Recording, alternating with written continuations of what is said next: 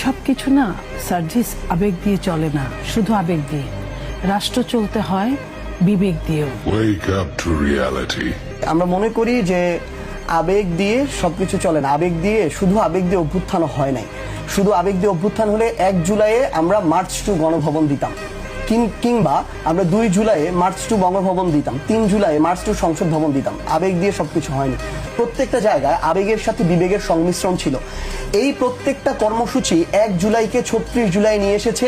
ওই জায়গায় দূরদর্শিতা, বিচক্ষণতা, পড়াশোনা, একাডেমিক নলেজ, আবেগ, বিবেক সবকিছু একটা উপযুক্ত সংমিশ্রণ ছিল, যেই সংমিশ্রণটা বিগত 16 বছরে ছিল না দেখে হয় নাই।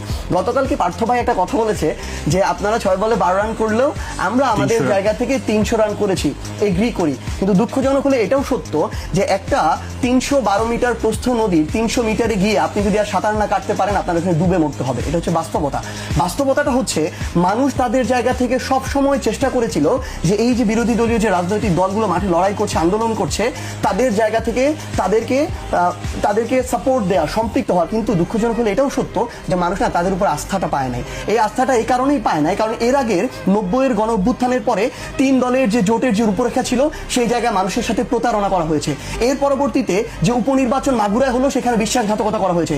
96 ফেব্রুয়ারির যে নির্বাচন সেখানে মানুষের সাথে আরেকবার প্রতারণা করা হলো। এরপরে হাওয়া ভবন দিয়ে প্রতারণা করা হয়েছে। এরপরে মানুষের সাথে গুম খুন, বিচার বহির্ভূত হত্যাকাণ্ড, বিদ্যুতের বদলে খাম্বা, এরকম অসংখ্য জিনিস দিয়ে মানুষের সাথে প্রতারণা করা হয়েছে। ঠিক এই কারণে মানুষ তারপরে এই নেতৃত্বের উপরে আস্থা রাখতে পারে নাই বলে মানুষ তাদের নেতৃত্বে আর আন্দোলনে নামে নাই।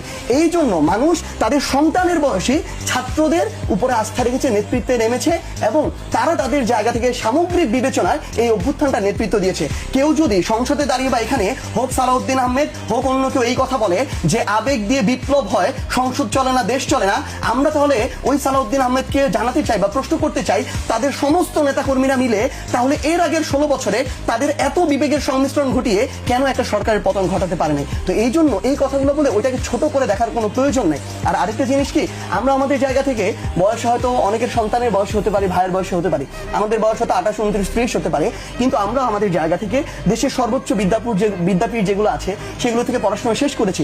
ওই পর্যন্ত এই মানুষগুলো কিন্তু তাদের জায়গা থেকে পড়াশোনা করেছেন, কিন্তু তারপরে তাদের একটা দীর্ঘ অভিজ্ঞতা আছে। আমরা তাদের অভিজ্ঞতাকে সম্মান করতে চাই, স্ট্রাগলকেও সম্মান করতে চাই। কিন্তু তারা যদি তাদের এই যে জায়গাটা, যে জায়গাটা তারা পেয়েছে, যেটা আজকে থেকে 2 বছর আগে তারা কল্পনা করে নাই, যেটার আসল বহিঃপ্রকাশ ঘটেছিল 5ই অগাস্টের ওই বিকালের দিকে আমাদের মাননীয় স্থানীয় সরকার মন্ত্রণালয়ের যিনি মন্ত্রী, আমাদের মহাসচিব সাহেবের মুখে, রুহুল কবির রিজভী ভাইয়ের মুখে কিংবা মির্জা আব্বাস ভাইয়ের মুখে, ওই অভিব্যক্তিটা এখনো থাকা প্রয়োজন। আমরা চাই ওটা আগামীতে থাকবে। এবার বেশ কিছু বিষয়